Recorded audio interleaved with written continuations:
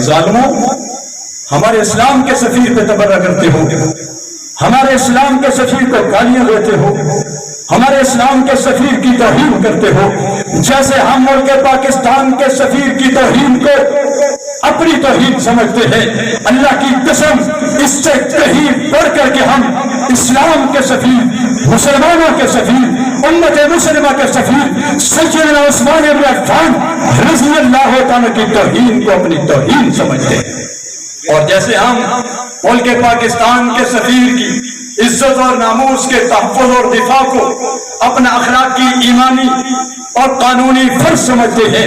ایسے ہی ہم اسلام کے سفیر سیدنا عثمان بن عفان رضی اللہ عنہ کی عزت و ناموس کے تحفظ اور دفاع کو اپنا آئینی، اخلاقی، قانونی، اسلامی فرض سمجھتے ہیں۔ اور جب تک جان میں جان ہے ہم پاکستان کے سفیر کا تحفظ اور دفاع بھی کرتے رہیں گے، اور ساتھ ساتھ ہم اسلام کے سفیر کا تحفظ اور دفاع بھی کرتے رہیں گے۔